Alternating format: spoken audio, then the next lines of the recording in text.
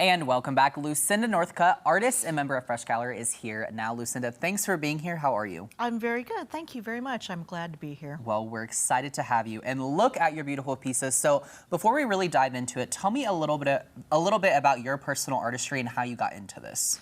Well, my personal artistry, I am one of the few people at Fresh Gallery that has not studied art. I know nothing about art. Okay. I just paint what I want to. I started out actually doing faux finishing when that was big. And explain really fast for people that don't know what that is. faux finishing is if you see something painted that looks like marble, it's not marble, it's just paint. It's just paint. And I was actually hired, one of the first jobs I had was here in this station.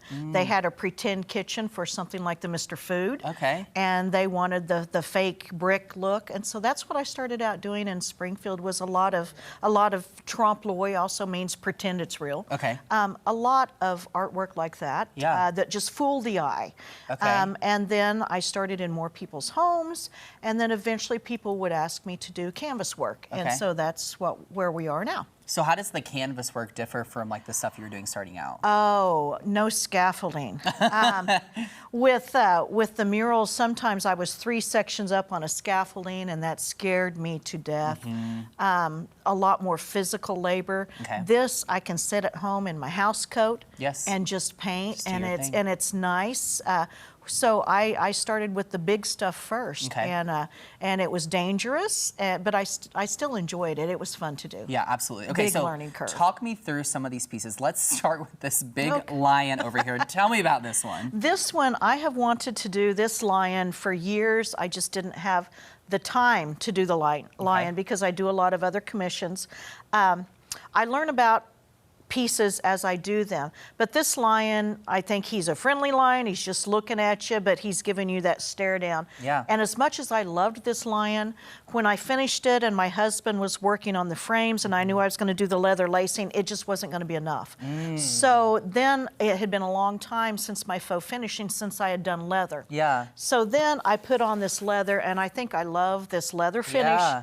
As much as I like the lion, because I think it brings a lot to it. Yes. It's a real textural element to it that is just, I think it's just very organic. Yeah. How long does a piece like this take you to complete? Well, I'm She said, oh. I'm as slow as molasses in the okay. wintertime, and it's hard to create and be forced to create. So for me, when I do animals, like you'll notice with these different ones, when I do hair, it's one hair at a time. Yeah, it's very and detailed. layers and layers of hair. Usually about 6 layers of hair before I feel like it's right. Okay. And any of the eyes on the animal, they go through about 3 sets of eyes before, when I can see them looking back at me, then I know it's right. Okay. So I'm slow. No, that's okay. I'm very slow. Months might be a good answer on something like this. That's okay. Lucinda, tell me about some of these other ones over here. This is an original. This is a zebra, obviously. What I love about that is the curvature and the play on the stripes.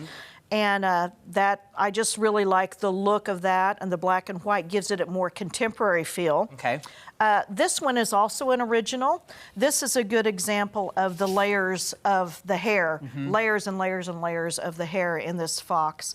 And so that's enjoyable. Okay. Again, on all these, the eyes are the key. Yeah, lastly, tell me about this one, because it's very intriguing. This is a copy of one of my originals. Okay. The owners live here in Springfield. This was sent away to be copied. A G-clay copy is as good as it gets copied. Means it's almost real, but it's not real. Okay. But what I love about this is that it's painted or copied, ionized onto metal, and so it has this great, more contemporary shine to it. And it's the same thing with the turtle down below. Yeah. But the reason that I had these made, and there's a horse down here below, one of the first horses I did, that is also a G-clay copy, but it's on canvas. So the difference is the textural look versus the glassy look. Yes, yes. Lucinda, we are just out of time.